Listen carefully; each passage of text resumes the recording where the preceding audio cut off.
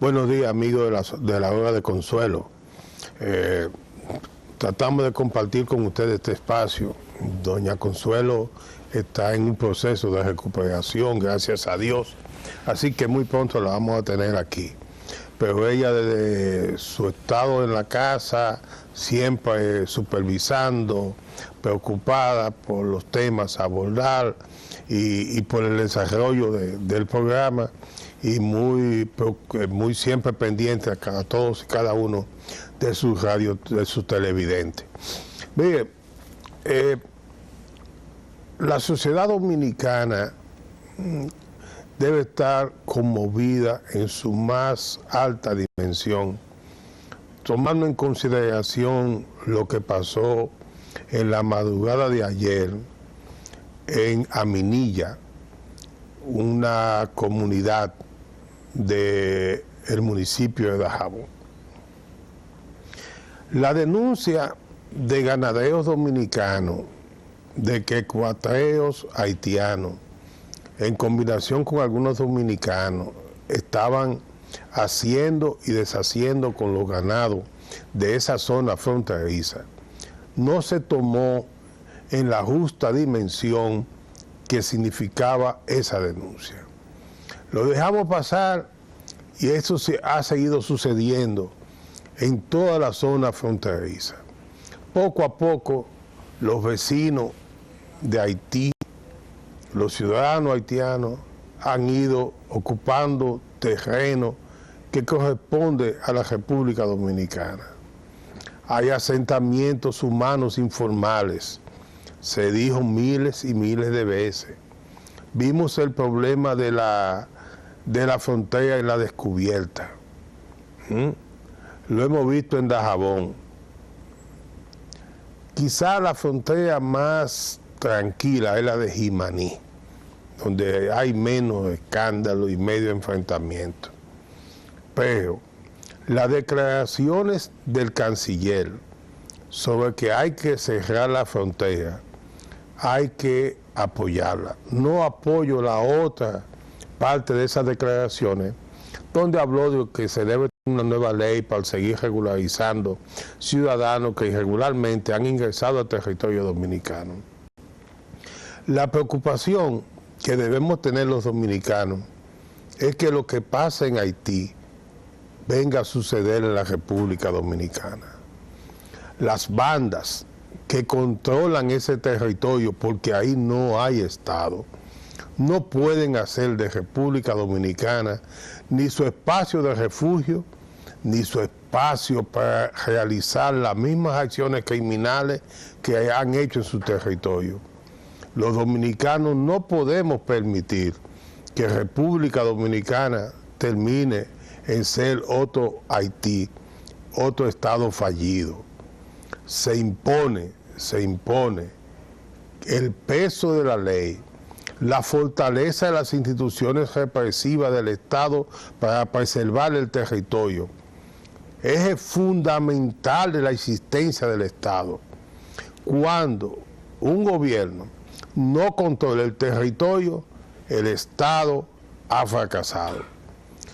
Vimos la preocupación del presidente Abinader ayer en la tarde cuando compartía con los periodistas que cubren la Fuente Palaciega sobre lo que sucedió en Dajabón. Pero el martillazo de esto lo da el editorial del periódico Hoy, del día de hoy. Y yo me voy a permitir leerlo.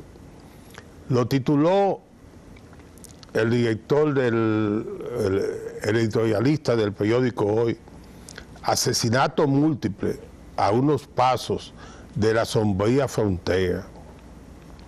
En una zona castigada por cuatreros que con facilidad huyen hacia el territorio vecino, que está fuera de control, ocurrió el brutal asalto a una solitaria finca en la limítrofe provincia de Dajabón, que cobró la vida del hacendado Papito Medina, su esposa, un hijo y un amigo.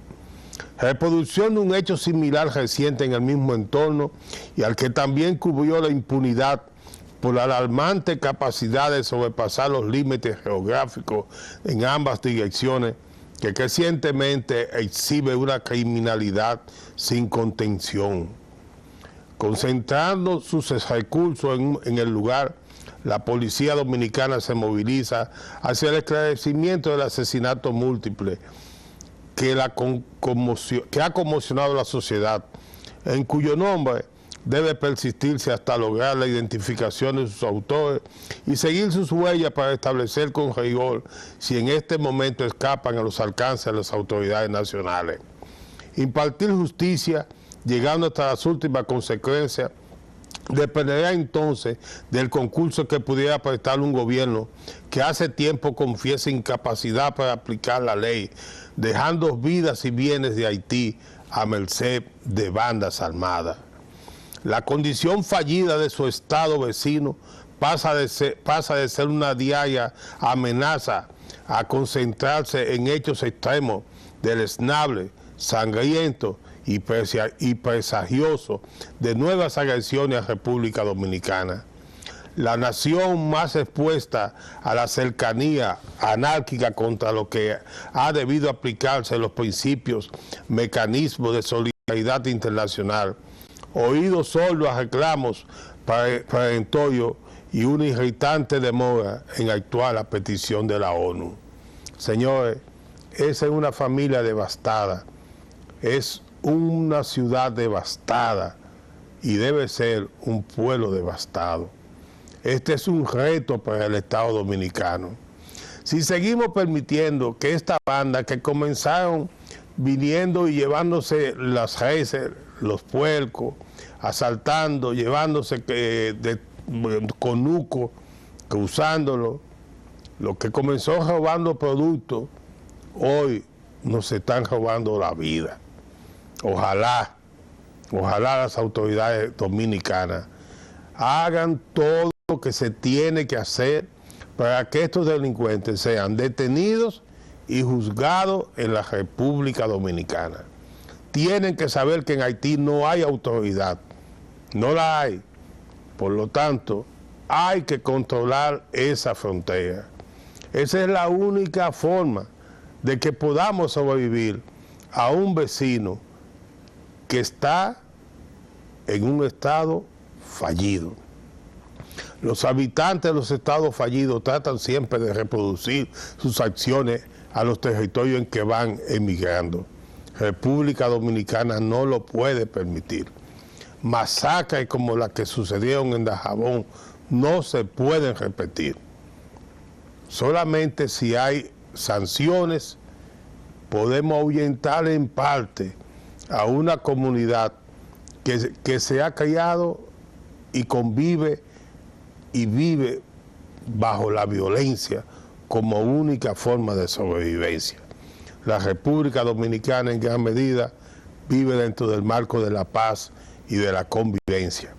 Que nuestros vecinos que viven en el desorden y en la violencia no afecten como nosotros vivimos en este espacio que nos dio la naturaleza y nos dieron las divisiones políticas de las colonias de 1800, que nos permitan seguir viviendo en paz y que ellos sigan viviendo en su desorden hasta que se convenzan que tienen que sentarse a discutir y hacerle su territorio un país viable. Miren, señores, yo tengo el privilegio de compartir en este momento con el doctor Carrera, un hombre que ha dedicado gran parte de su vida a la enseñanza, a la educación, que tiene cientos y cientos de alumnos que hemos pasado por sus manos, y vamos a hablar de medio ambiente, porque el medio ambiente es fundamental para la sobrevivencia en esta época. Sí. Cecilio, un placer que tú hayas decidido compartir con nosotros. Yo sé que para doña Consuelo, que es una de las dominicanas más preocupadas por el medio ambiente, también es de satisfacción en su casa verte aquí en lo que es la casa de ella al mediodía de lunes a viernes, la hora de Consuelo. Bueno, vamos a enviarle a doña Consuelo un saludo. Y ya hemos estado con ella en otras ocasiones y conversado con ella, así que una mujer de valor realmente para el país y un ejemplo. Un ejemplo. Sí, un ejemplo que de ciudadana. Para ella un saludo en este momento.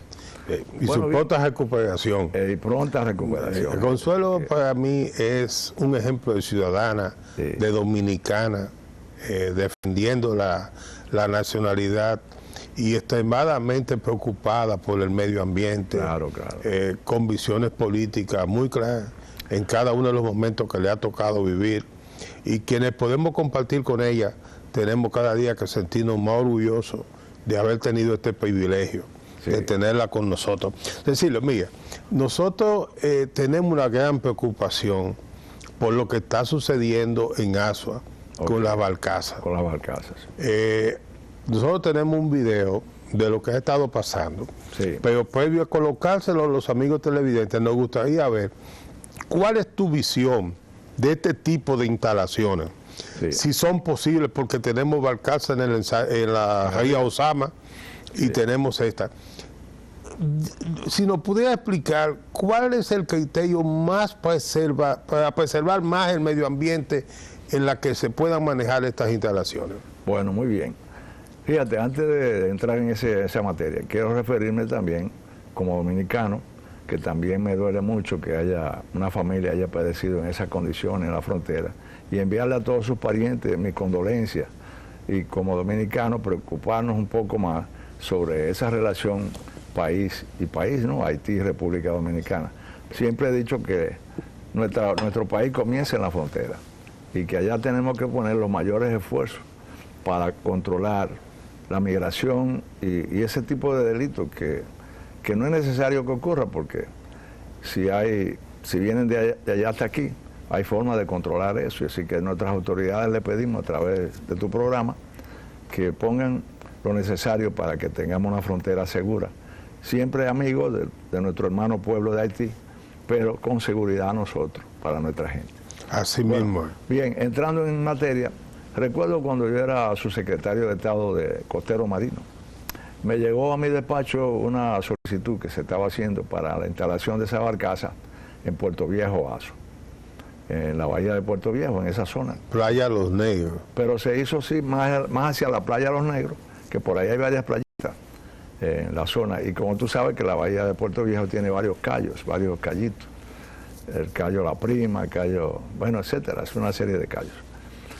Bueno, yo cuando en esa ocasión opiné, como ya había visto, por ejemplo, vamos a suponer en Japón o en Israel o países de gran avanzada, que un tipo de instalación así de barcaza generalmente no se coloca en mar abierto o en las playas, sino que se hace una entrada de mar, un canal, se construye entonces una gran laguna o estanque, como tú quieras llamarlo, de la profundidad según el calado que tenga la planta, según el calado que tenga la planta flotante, y entonces ahí se opera con los diferentes diques necesarios para que el agua, el intercambio, no provoque contaminación hacia el mar.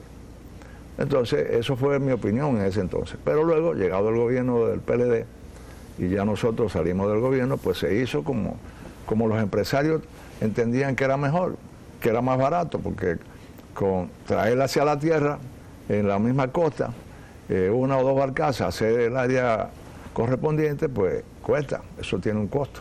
¿Eso se hace con canalización? Sí, un canal que entre el mar, que entre el agua, y entonces ahí tú haces, según el calado, tú haces la profundidad correspondiente del lago que tú vayas a hacer para tener esas barcazas. Estilo el canal de Panamá.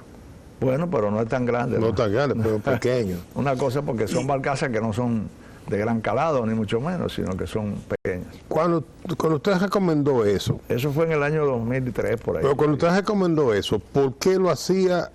¿O solamente porque usted lo vio o porque entendió que ponerla en mar abierto afectaba en algo la naturaleza? En las playas. Si ponerla en la playa en zona de manglares, donde hay tanta vida que se desarrolla, las larvas de los peces, los crustáceos, las langostas, los camarones, o sea, hay una gran vida ahí en esa zona. Es un ecosistema frágil y por tanto cualquier cosa que se haga muy cerca de ahí puede afectar. Incluso el puerto, el mismo puerto que se hizo ahí en Asua, de Puerto Viejo. Bueno, se hizo principalmente para el desembarco de gas, que era lo que más se ha desembarcado ahí, que funcionó mucho la planta Opovisa en una ocasión y que ahora pues son ya plantas privadas. Pero en esa ocasión a mí me parecía que para proteger esa zona costera y zona de manglar podía hacerse perfectamente porque ellos tenían tierra, los empresarios que querían hacer esa planta. Mire lo que está pasando, lo que ha pasado en este fin de semana. Nosotros tenemos un video que nos mandaron uno de los amigos de allá de Asua, sí. Y vamos a verlo para que viendo el video, sí, más o menos usted nos explique cuál será la consecuencia de si eso que está pasando ahí afecta y cuáles son las consecuencias de ese tipo de derrame de combustible en esa zona. Claro. Vamos a ver si los muchachos nos la colocan para que los amigos televidentes vean lo que está pasando en Playa Los Negros de Asua.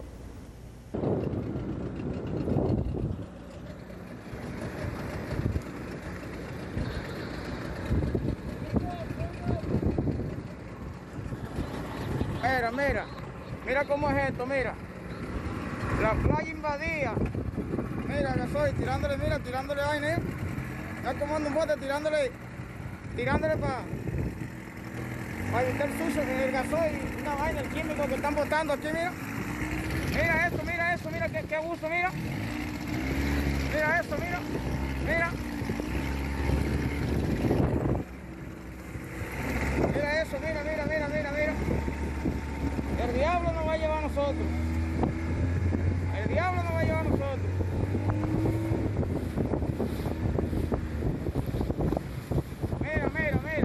Miren eso, miren mi gente, miren. Y que no cojan justicia con esto, mira esto, mira. Ya es lo que nos va a convertir la mala a nosotros, mira. Se están yendo, saliendo dentro de la barcaza, mira. Mira eso, mira. Mira eso. Eso parece que fue que se explotó por ahí adentro, una vaina. ¿Qué más puedo decir? Una vaina que se explotó ahí adentro.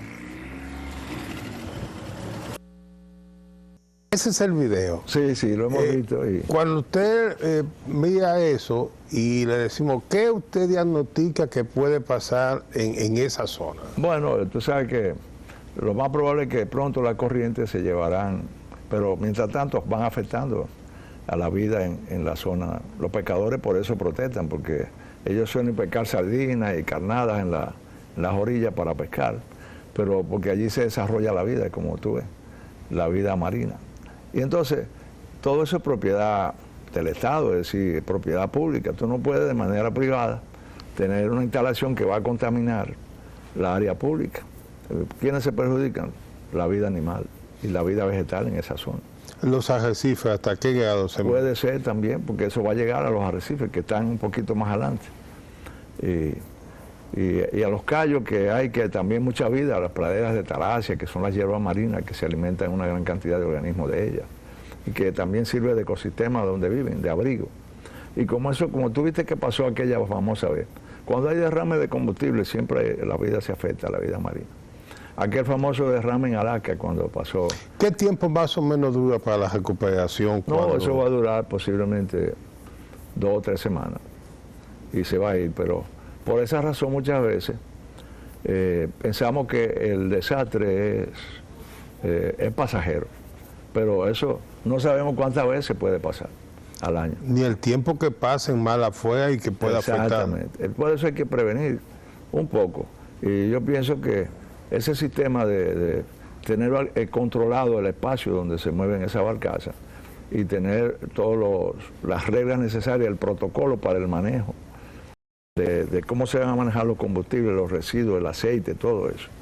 ¿Y qué institución del Estado es responsable de controlar que ese sector privado actúe de acuerdo con las normas? Bueno, ahora le corresponde al medio ambiente, al ministerio, a través del viceministerio de Asuntos Costeros Marinos, que es el que va a tener los técnicos especialistas en cada una de las áreas para que ellos evalúen el daño, porque hay un daño. ¿Y qué pasa con ese daño? ¿Tienen que repararlo? Bueno, el ministerio va a considerar si realmente ellos merecen una multa o merecen imponerle un periodo de observación para ver cómo se manejan. Si están haciendo todo de acuerdo a como explicaron originalmente en el estudio de impacto ambiental que se hizo. Es decir, si todo se está aplicando bien, ¿por qué ocurrió el accidente? ¿Cuáles son las razones? ¿Por qué no se controló? Ya que estás en un área frágil, sensible. No es lo mismo que tú estés en una zona donde hay farallones o cerca, que no hay una vida marina bien desarrollada, que tú estés en una zona donde hay manglares, porque la vida en el manglar es más delicada. En términos ambientales, ¿cómo afecta el desarrollo de la biodiversidad si se afectan los manglares? Bueno, como el manglar es un ecosistema de abrigo para muchas especies. Etapas larvarias de especies que ya son marinas. Todas las langostas, generalmente los pueluros, que son los que resultan de la larva de la langosta, van a parar a la costa y de ahí comienzan a crecer y emigrar hacia afuera. Ese es un caso. También están los peces. Ese es otro caso. También están las larvas de crustáceos, son los camarones. Y, por ejemplo, si hay mueren peces como resultado de esa contaminación, van a morir peces. Y me lo venden y lo consumo, ¿me puede afectar a mí como...? Generalmente no se puede, quizás no se llegue a venderlo, porque si el pez se va a morir rápido, pues su carne va a ponerse muy difícil de comercializar. Pero en caso de que lo hagan. Bueno, en caso te afecta porque te está tragando algo, un combustible. Te está tragando algo. Bueno, Cecilio, otro caso. Si usted tiene alguna información, ¿hasta qué grado estamos nosotros como media isla, 3/4 de la isla, 48.000 kilómetros, a nivel de reforestación? El verde, ¿cómo estamos? El verde, bueno, en los últimos reportes, ¿no? Ellos han hablado de que ya estamos cerca de un 40%. Llegamos a tener un 15% en una época, un 15%. Pero cuando nosotros comenzamos en el año 2004, iba subiendo un poco, pero ahí creamos un sistema de viveros nacionales con capacidad para reforestar 40 millones de árboles a nivel nacional. Pero luego eso no se continuó, esa política. Se ha ido como Dios ha querido, un poco mejorando el nivel. Pero lo ideal es que un país como el nuestro, que es un país de una vocación forestal de un 58% casi o algo más, podríamos decir un 67% de vocación forestal, pues debiéramos tener un plan más agresivo. Y podríamos conseguirlo también, incorporar al sector privado que tiene fincas de pino, que tienen plantaciones y que tienen manejo de bosque. Creo que no sé si... yo siempre he querido que, por ejemplo, la parte que es agroforestal se maneja a través de agricultura, a través del Ministerio de Agricultura, que se cree una dirección de desarrollo agroforestal. Ahí van a entrar todos los frutales, una gran cantidad de frutales, van a entrar ahí también los árboles que se usan para madera, es decir, ya propiamente los pinos y toda la madera preciosa que los árboles que tenemos en República Dominicana. En algunos lugares se está sembrando aguacate. ¿Usted considera? Es un cultivo exigente, exige mucha agua y debe ser en condiciones controladas, en áreas con capacidad para sembrar aguacate, ya sea por riego, por goteo o por microaspersión, y se debe manejar el aguacate. No se puede sembrar en áreas silvestres, en parques nacionales, ni en bosques en una zona de vocación boscosa. Se debe sembrar en zonas controladas. Sí, mire, en el año 2020, sí, recién llegado el presidente Abinader al gobierno, sí, envió al Congreso unas observaciones que hizo el presidente Danilo Medina a la ley de residuos sólidos, pero sí, el nuevo Congreso aprobó la ley y la promulgó como manda la Constitución sobre la base de que ya se había pasado, al pasado gobierno se le pasó el tiempo en que debió o promulgarla o observarla. Sí. En esa ley se establecen unos plazos para el cierre de los 200 y pico... 275 o más. De vertedero a cielo abierto. Sí. Mi pregunta es, tenemos el dinero con la fiducia, sí, pero es muy poco lo que se ha hecho sobre la base de que a los ciudadanos le han puesto en la cabeza que cualquier tipo de intervención es reproducir la duquesa. Si usted nos puede explicar ¿cuáles métodos que no sea un depósito así como Duquesa hay para el manejo de los residuos? Bueno, ahí están los reciclajes, por ejemplo, lo que llaman... ahora hay un joven que está representando una compañía que quiere procesar, por ejemplo, 400 toneladas de basura.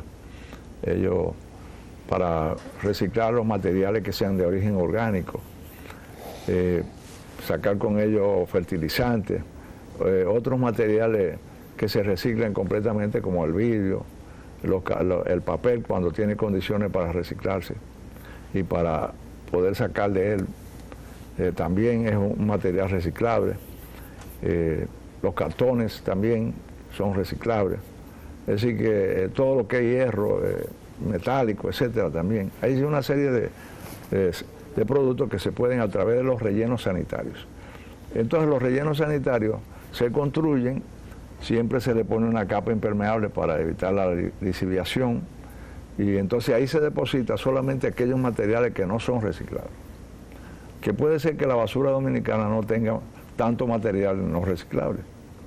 Y le podemos sacar provecho ya a las 12 o quizás 15 ya 1.000 toneladas que estamos produciendo de basura. Casi 12.000 toneladas casi por día. 15 por casi día. 15. Sí, por día.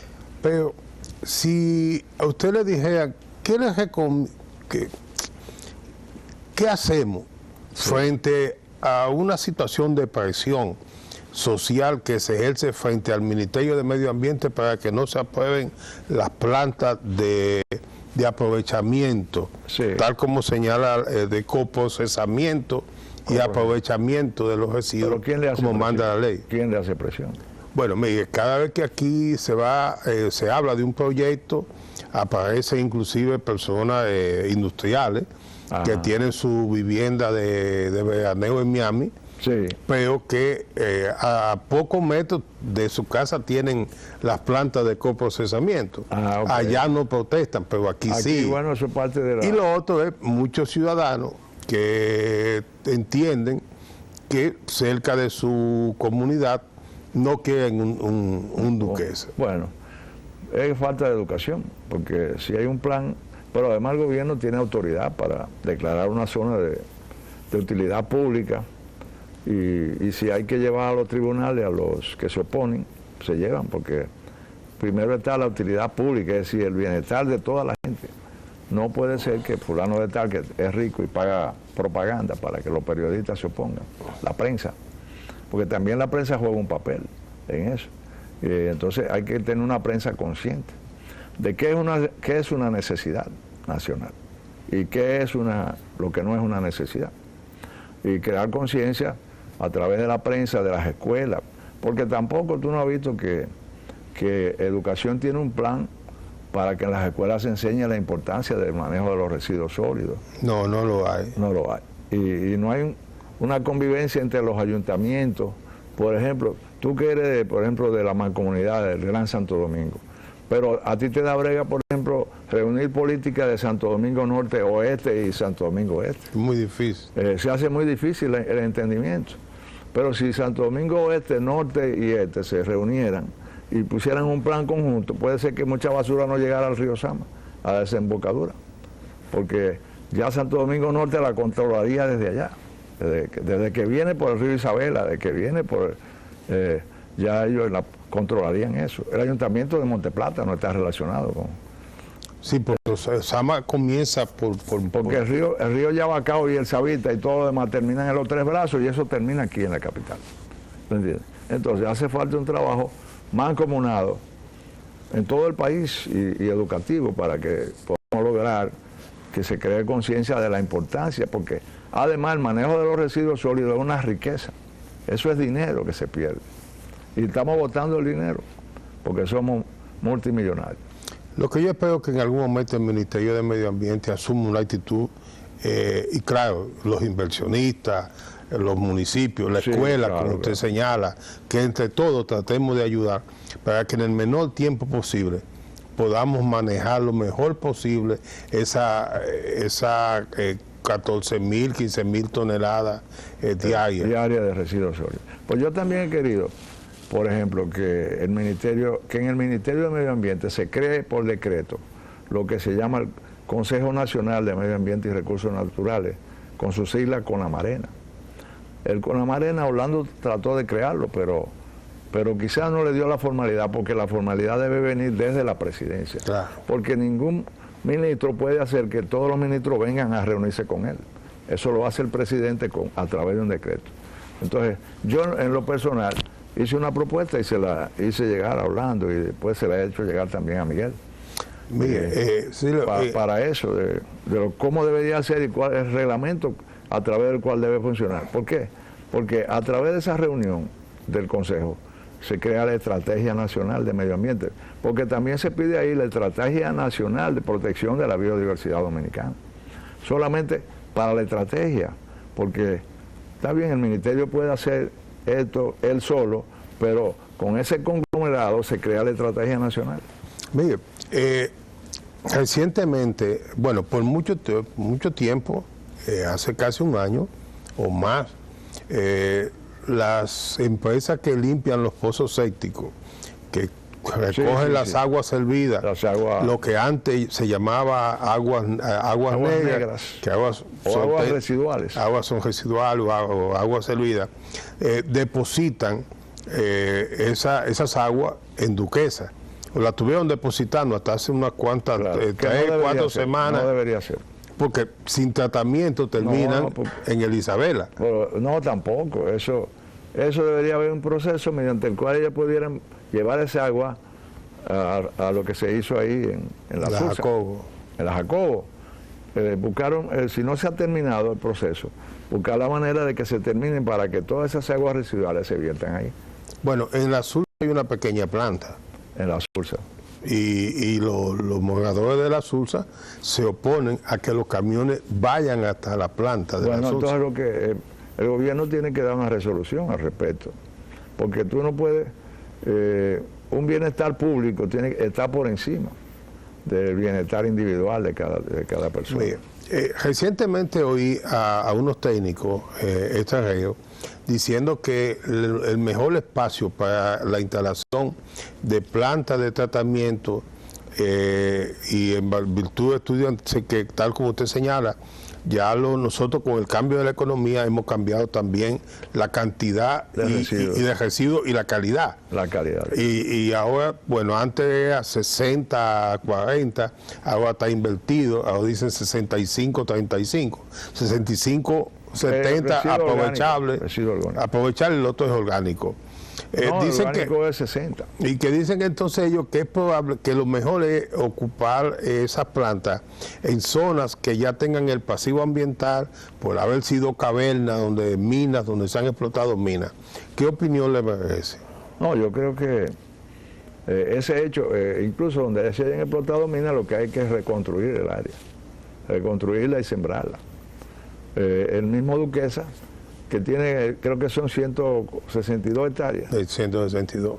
Pues es una zona donde hay que comenzar a sembrar, a forestar, y empezar ya en establecer un residuo o 2 residuos sanitarios con su transporte. Tenía un amigo que era el ingeniero Luis Beliar, no sé si te acuerdas de él, que fue campeón de ajedrez. Él hablaba de un sistema subterráneo con una especie de metro pequeño. De metro. Sí, o sea, de tren para llevar todos esos residuos directamente allá. Y lo pensábamos en el área más allá, la carretera del Cibao, pero un poco... más al norte. Más así, después de Yacó, después de esa zona de Yacó, allá, que está en el kilómetro 22, un poco más allá. Crear ahí el relleno sanitario. Porque acuérdate que Madrid la tiene cerca, en Los Reyes, el sitio que se llama. Pero un relleno sanitario pues tiene muchos beneficios. Especialmente también produce biogás. Pero también necesitamos, plantas de tratamiento pueden ser móviles. Por ejemplo, ese ingeniero que te hablé ahorita, el ingeniero Jorge, tiene experiencia en plantas de tratamientos móviles. Que tú la puedes mover, por ejemplo, establecer una ahí en Guachupita. Una planta móvil de esa de tratamiento de agua. Y después llevártela a Borojol o llevártela al 24 de abril o cualquiera de esos barrios, pero además tener la planta grande que tenemos allá en la Jacobo, que ahora mismo no se está usando en su potencia. No, no se está usando. Porque no tiene los ramales alimentadores suficientes para llevar allí la cantidad de litros de residuos sólidos que se necesitan procesar. Uno de los temas que siempre hemos abordado en términos ambientales es la preservación de nuestros ríos, nuestras cuencas. Las cuencas. Y entonces frente a esto está la disyuntiva de los areneros, que le conviene sacarla desde el río. Sí. Hay otro tipo de mina que no sea esa mina natural de nuestro cauce de río. Claro que sí, hay muchísimos yacimientos de minas aquí. Nos vamos, por ejemplo, en la zona de Montecristi, la zona después de Sabana, ¿cómo se llama? Después de Laguna Salada. Digo Laguna Salada, después de Atillo Palma, o antes de Atillo Palma. Hay muchas zonas ahí en esa que fueron en época... ¿Y en el sur? ¿Cuáles zonas hay? En el sur hay muchas zonas también de deposición, sobre todo en lo que era la cuenca vieja del río Yaque del Sur. Acuérdate que el río Yaque del Sur antes desembocaba en la bahía de Ocoa y después pasó a desembocar en la bahía de Neiva. Por un fallamiento que hubo cuando la sierra de Martín García se desplazó de la cordillera. Una falla geológica. Sí, la falla de Quitacoraza, se llama esa falla de ahí. Entonces, todas esas zonas ahí son zonas de minas secas. Pero hay que estudiar el impacto de la extracción de minas secas en lo que respecta a la topografía de la zona y cómo se puede recuperar la topografía después que tú sacas. Pero ahora hay un problema también en la Sierra del Bauruco con la extracción de cal de una compañía, que también es un caso también muy delicado que hay que saber cómo se enfrenta. ¿Cree usted que la República Dominicana, a partir de aquella época de Balaguer, que cerró los arrecifes, que cerró los aserraderos? Los aserraderos, sí. Y también controló lo que era la extracción de materiales de los ríos. Sí, no, eso debe estar controlado 100%. No se debe permitir traerse arena de ningún río. Aquí las construcciones deben basarse y sobre todo esas arenas que hay que triturarlas, porque el triturarla, las construcciones no son tan seguras, porque la arena triturada, los gránulos, no tienen la cohesión necesaria con el cemento. Mientras tanto hay que usar arena, mucha de esa arena que se trae de las minas secas, tiene mejor para la construcción, mejor disposición para formar y fraguar mejor la estructura. ¿Tenemos nosotros como país alguna deuda con el medio ambiente partiendo del hecho, o yo diría, tenemos deuda con la isla La Hispaniola o isla de Santo Domingo en términos ambientales? Pues claro, nosotros tenemos deuda porque necesitamos recuperar por lo menos, si llegásemos siquiera a un 60% de cobertura vegetal. Pero cuando usted habla del 60, ¿habla del 60 de lo que corresponde a los 48.000 kilómetros de República Dominicana o habla de los 70.000 y pico de kilómetros que tiene la isla? Bueno, la isla ha perdido, por ejemplo, según Forest Watch, alrededor de 220.000 hectáreas de bosque. Y solamente nosotros hemos recuperado 30 o 40.000. De 200.000 y pico. Sí, entonces quiere decir que ese reto que falta lo tenemos que recuperar. Comenzamos con un buen plan, pero luego eso se fue echando a un lado. Ahora, muchos de esos viveros pasaron a nivel privado, pero el problema es que, bueno, no dudo que se pueda hacer combinado público-privado, porque recuerdo cuando Hipólito fue ministro de Agricultura, en aquellos años, Agricultura le compraba a muchos gente que tenían vivero privado, le compraba las plantas. Y para forestar le compraba las plantas a ellos, porque en ese tiempo Agricultura era la responsable, en este caso tenía la subsecretaría de Recursos Naturales, que tenía una dirección. Todavía no había la Secretaría de Medio Ambiente. De ahí es que surge el Medio Ambiente, sí. Oye, bueno, después tendríamos que hablar de ordenamiento territorial y todo eso. Pero quiero decir que es bueno que mucha gente tenga planta y la venda, se la venda al gobierno, para que el gobierno inicie los planes. Eso no es malo, esa idea. Pero el gobierno también tener suficiente invernadero para producir la política. Sí, en pocos minutos que nos quedan, la República Dominicana ha pasado a ser en 40 años de tener un país eminentemente rural a un país eminentemente urbano. Más urbano. ¿Cuál es su visión del medio ambiente urbano que hemos desarrollado? Bueno, yo creo que es malo porque ahora mismo en la capital se dan muchos tapones e influye mucho en el calor de la ciudad. Hay que recuperar un poco más la riqueza forestal de la ciudad, crear en los alrededores, en las zonas urbanas, crear áreas, oficinas, bancos, de modo tal que se reduzca la migración de toda la gente que trabaja en esos sitios para la capital. Porque la gente ahora, ¿a dónde va? A la capital. ¿Y qué calle cogen? El puente de Villamella o el puente aquí o cogen, y total, la capital se llena de gente. ¿Por qué? Debemos crear un plan maestro de desarrollo del Gran Santo Domingo, que implica relegar alrededor de la ciudad. Y replantearlo todo. Replantear, sí, para que... Cecilio, profesor, muy agradecido de que usted nos haya dado esta visión, sí, de lo que es el medio ambiente, y quiero dejar abierta la invitación para que entonces en otro programa vayamos a aspectos más puntuales. ¿Cómo no? Y yo tengo el compromiso también de acompañarlo a usted sí, en el espacio que tiene en la radio, para que podamos seguir compartiendo estas ideas que tienen como único fin a contribuir a que tengamos mejor calidad de vida en esta ciudad. No, hay que crear conciencia. Y crear conciencia. Bueno, señores, gracias por acompañarnos. Creemos, doña Consuelo, que hemos hecho un esfuerzo por suplir mucho de lo que han sido sus preocupaciones, y decirle que siempre usted va a tener personas que le hemos seguido siempre, y que trataremos de hacer un esfuerzo por seguir siendo fieles a todo lo que usted nos ha enseñado. Bueno, señores, será entonces hasta mañana, que estaremos en otra hora de Consuelo.